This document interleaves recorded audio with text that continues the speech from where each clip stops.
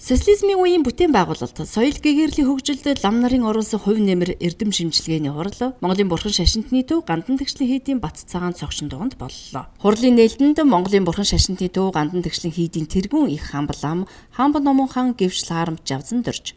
Монголын бурхан шашинтны төв Гандан тэгшлийн хийдийн хаан сур гавж, чоо жамц, бүгд найрамдах Польш улсаас Монгол улсад суугаа элчин сайд Кшиштоф Бойко, Монгол улсын цагаатгах ажлыг удирдан зохион байгуулах улсын комиссийн ажлын албаны дарга очирсрон. Польш улсын Варшавын их сургуулийн дорн дахны судлалын сургуулийн төрөх судлал, Дотоод Азийн улсуудын судлалын тэнхимийн эрхлэгч Ян Рогаланаар нээж, академич доктор профессор Төмөр Тогоо, Чулуун, ардын багш доктор Өнөр Баян, ардын багш доктор профессор Өнөр Баян, Дашням, доктор профессор Батэрэ Дүннар хүндэтгэлийн үг хэллээ.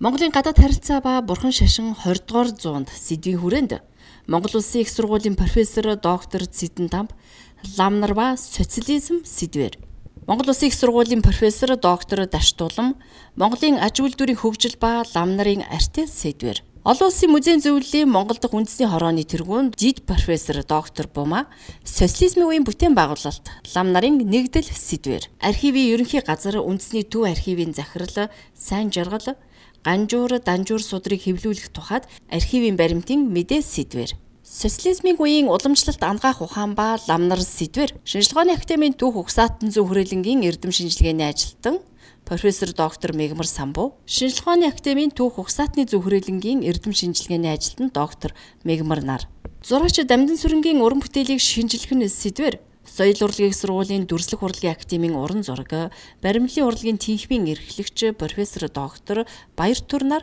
тус илтгэл тавилаа.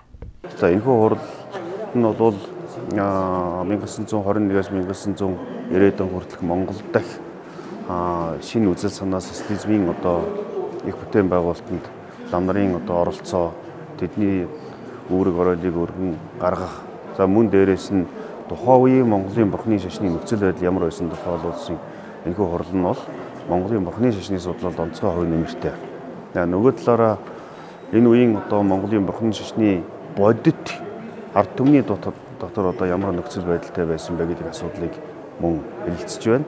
Өөрөөр хэлбэл Монголын бурхан шашин ард түмний дотор сэтгэлгээнд нь хэрхэн үлдэж хоцорсон, мөн шинэ гадны үзэл санаатай хэрхэн тулгарсан, за мөн Монголын бурхан шашны талаар тухайн үеийн төрөөс явуулж исэн бодлого, үйл ажиллагаа ямар байсан, мөн дэлхийд дахинтай бурханы шашны энэ цонхоор хэрхэн харилцаж исэн бэ гэдэг зэргийг гаргаж ирж байгаа нь онцлогтой. Үүнийг ч нотлохоо болгож бурхан шашны Гандан тэгшлийн хийдээс зохион байгуулсан өнгөрсөн жил Монголын гадаад харилцаа ба 20 дугаар зууны бурхан шашин гэдэг энэ номын нээлт болж байгаа нь цаашдаа Монголын бурхан шашны түүхийг олон талаас нь системтэй чиглэлээр нь судлах нэг үүд болж байна гэж ойлгож байна. Та бүхэнд өглөөний минь төргий. Юуны өмнө намайг ийм ач холбогдолтой, сонирхолтой арга хэмжээнд урьж оролцуулж байгаад баяртай байна.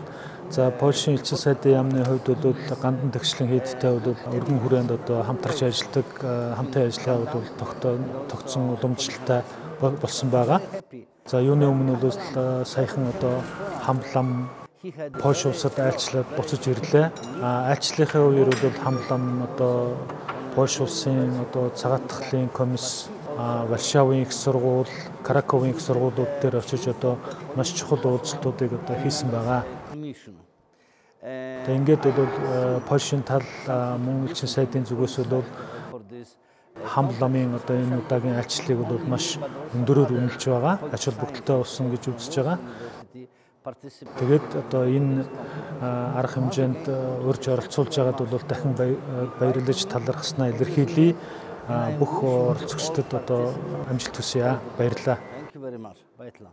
Шинжилгээний академи олон улс судлалын хүрээлэнгээс Монголын бурхан шашинтны төв Гандан тэгшлийн хийдтэй хамтран 2024 оны 5 сард 20 дугаар зууны түүхэнд Монголын гадаад бодлого, харилцаанд хутагт хувилгаадуудын гүйцэтгэсэн үүрэг сэдвээр 15-аас 16 илтгэлийг хэлцүүлж байсан. Монгол улсын гадаад харилцаа ба бурхан шашин 20 дугаар зуунд сэдвээр Шинжилгээний академийн олон улс судлалын хүрээлэнгийн захирал доктор Золбоо илтгэл тавилаа. 20 дугаар зууны түүхээр наваад үзвэл бид энийг үечилж болох юм байна. Ядаж нэг 4-5 үе байж болох юм байна. Ягаад гэвэл энэ бол Монголын түүхийн нэг хэсэг л байгаа. бид нэр яг зүгээр Монголын түүхчид ярьдаг шүү дээ. Хувьсгалаа шавьчлалын оронд 11 оны 21 оны овсолч гэдэг юм уу те. Гэхдээ энэс гадна яг тухайн үеийн үндсэн хууль болоод бусад хууль эрх зүйн асуудлуудаа дагсан гадаад бодлогын өөрчлөлтөд Бурхны шашны нөлөө маш их байсан байна гэдгийг л илүү гаргаж байгаа.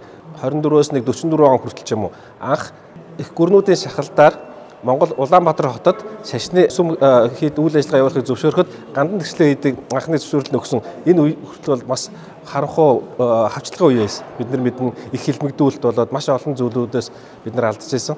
Гэх мэтчлэр ингээд Монгол улсын 20 дугаар зууны түүхийн өөрийн гэсэн өнцгийг гадаад харилцаа Бурхны шашны бодлоготой авилдуулж авч үзсэн ийм л илтгэл юм байна. Зүгээр ер нь бол нөгөө эцэст дүгнэлт хэлэхэд жишээ нь бид нэр одоо гадаг болсон да Монгол улсын гадаад бодлогын салцгүй нэг хэсэг нь 3 дахь шүршийн бодлого гэдэг. Энэ юу гэсэн үг вэ гэхээр бид нэр 70-аад онд Азийн буддистуудын их тайвны баг хурлыг байгуулсан. За шашны сайд нарын зөвлөлийн дэргэд шашны эргээ зөвлөдөг ч гэсэн байгуулж байсан. Гэх мэтээр гадагшаа ирсэн бодлогуудыг энийг аваад үзвэл энэ 3 дахь шүршийн ирэлд явж исэн Монголын тэр үеийн төрийн удирдлага гэдэг юм уу. За Бурхны шашны лам хургуудын оролцоог тодтогч нэг ийм асуудал байгаад байгаа. Тийм учраас бид нэр энийг яг мэдээж дэлхийн улс орны хөгжлийн түүхтэй холбож үзэх болно л да. Үгтэй 2 дугаар дайнаас хойш тогтсон хүйтэн дайны урамсгал байгаа. Хүйтэн дайны урамсгалаас болоод хоёр их гүрнүүд хоорондоо өрсөлдөхөд шашны бодлого, шашны асуудал маш гол тулгуур болж ирсэн байна.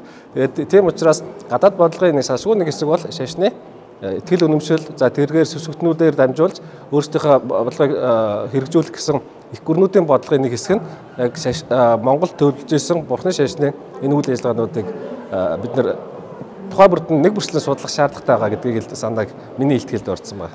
Мэдээж энэ бол дөнгөж илтгэлийн шатанд байгаа. Бид нэр энийг тухайн өөрийнх нь үе бүртлэн тусгаалсан наривчсан судалгаа хийж бид нэр цаашдаа яах вэ гэдэг төрийн бодлого тусгуулах хэмжээний асуудлыг ч гэсэн бид нэгээр гаргаж ирэх боломжтой гэж харж байна. Монголын урлаг, соёлоо, соён гэгээрэлд лам нарын оруулсан хувь нэмэр сэдвэр илтгэл өрнүүллээ. Одоогийн бол Баян Хонгор аймгийн Галууц минутаг, за хуучны бол Сайн Ноён хаан аймгийн Чин Сүжигт Номон хааны хийдэд дэлгэрсэн одоо тэр гүр дууны судалгаа хийх юм сонирхол төрсөн байсан. За тэр бол энэ тэр социализмын үед бол бүх юм хаалттай байсан. Тэгээ бүр гандан дээр ирж мөрөгөхөд хүртэл одоо бас хоригддаг байсан.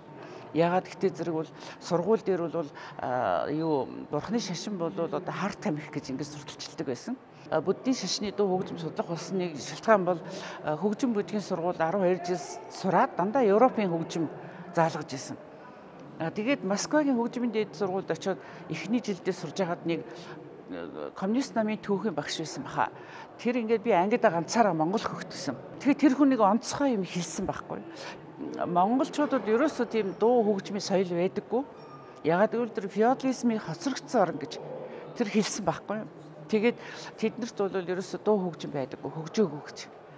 Тэгээд миний бүр дотор ёстой нэг буцалж явах шиг ерөөсөө хичээлээ тараад ерөөсөө багш хин багштай байдгийг хөгжмийнхаа мэргэжлийн багш нартай уудад би Монгол хөгжмөө судланаар байна. Одоо би юу хийх вэ?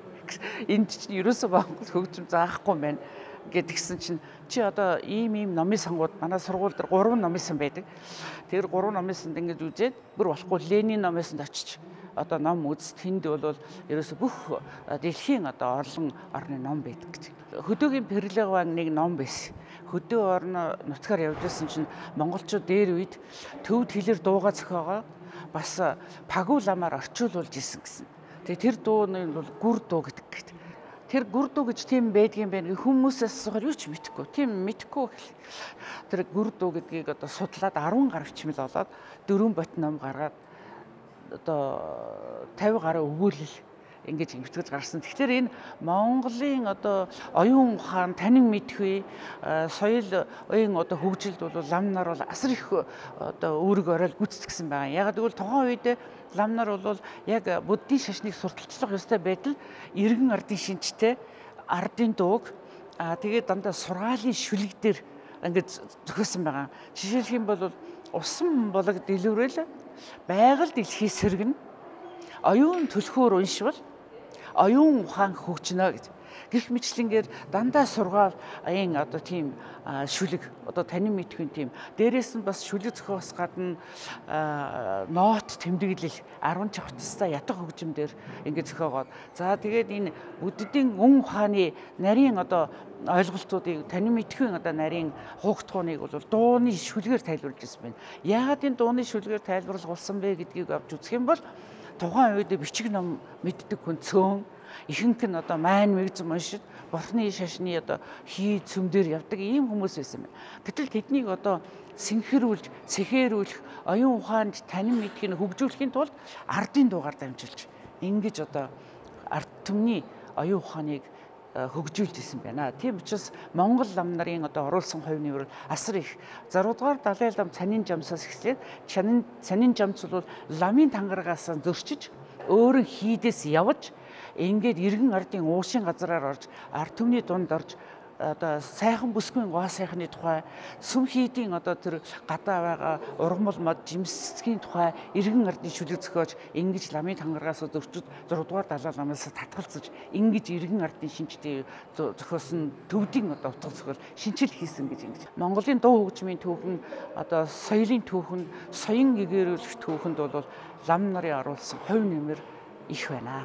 Монголын Бурхан шашны төв Гандан тэгшлэн хийд шинжилгээний актем олон улс судлалын хүрээлэн хамтарч социализмын үеийн бүтээн байгуулалт соёл гэгэрлийн хөгжилд лам нарын оруулсан хувь нэмэр сэдвээр эрдэм шинжилгээний хурал ийхүү амжилттай боллоо.